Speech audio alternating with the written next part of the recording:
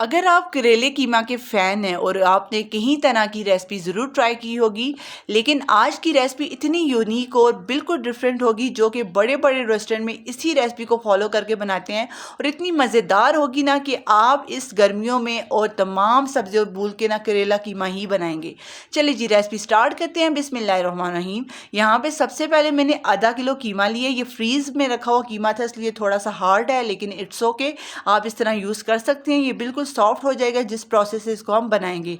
अच्छा जी, उसके बाद क्या किया जी, मैंने एक बड़े साइज़ का प्याज था जिस बिल्कुल बारीक साइज़ में ना मैंने इसके स्लाइसेस कर लिए थे इस तरह से। और उसके बाद आपने इसको इस कढ़ाई के अंदर शामिल करना है। इस रेसिपी की जो सबसे अच्छी बात ये ना, बहुत झटपट बनने वाली रेसिपी है। उसके बाद 1 टेबल स्पून मैंने लहसुन का पेस्ट लिया है, ठीक है, भर के आपने ना 1 टेबल स्पून लेना है। नमक का मैं यूज़ कर रही हूँ हाफ टेबल स्पून। साथ ही इसमें डालेगा थोड़ी सी कसूरी मेथी डालूंगी जो कि हाफ टी स्पून है। साथ ही जो नेक्स्ट स्पाइसेस है वो है लाल मिर्च पाउडर जो कि हाफ टी स्पून में यूज़ कर रही हूँ। और साथ ही दरा मिर्च है वो भी मैं हाफ टेबल स्पून यूज़ करूँगी। यहाँ पे ज़ीरा है जो कि 1 टीस्पून यूज़ करूँगी।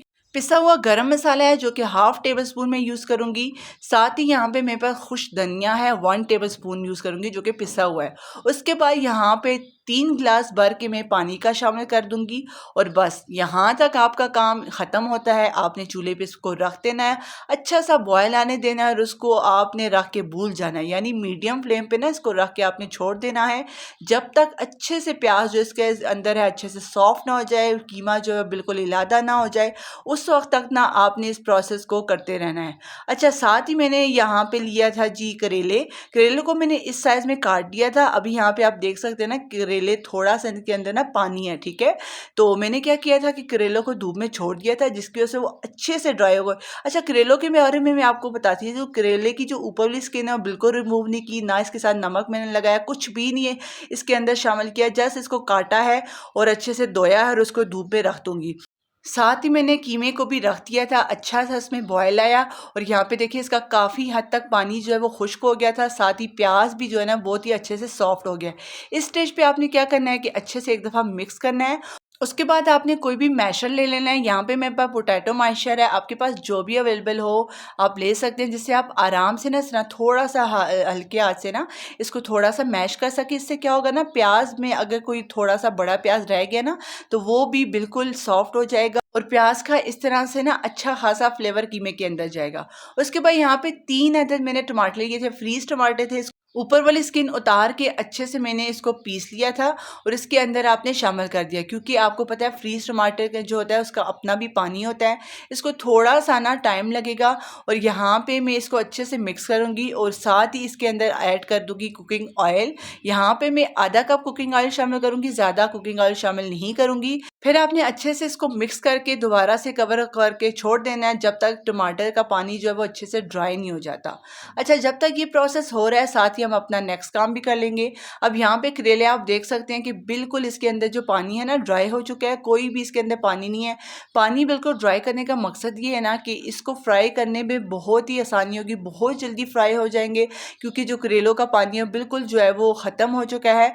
अब यहाँ पे मैं आपको एक टिप बताती चलूँ, अगर आप चाहते हैं कि आपने ज़्यादा कड़वे करेले नहीं खाने, यानी कड़वे हों लेकिन बहुत थोड़े से, एक तो होता है ना बहुत ज़्यादा कड़वे, तो आपको क्या करना है कि आप इसको जितना ज़्यादा फ्राई करेंगे, यानी जितना आप इसको क्रिस्पी करेंगे, जितना ज़्यादा इसको गोल्डन कलर देंगे, तो उतनी ज़्यादा इसके अंदर से कड़वाहट जो है वो कम हो जाएगी। और अगर आप इसको बिल्कुल लाइट सा फ्राई करेंगे तो उतनी ज़्यादा इसके अंदर कड़वाहट होगी। यानी ये आपकी अपनी मर्ज़ी पे डिपेंड करता है कि आपने इसको कितना कड़वा रखना है, ठीक है। यहाँ पे इसकी ऊपर वाली स्किन उतारनी ज़रूरी नहीं है। अब यहाँ पे मैं चाहती हूँ कि थोड़ा सा इसमें कड़वापन हो, बहुत ज़्यादा ना हो।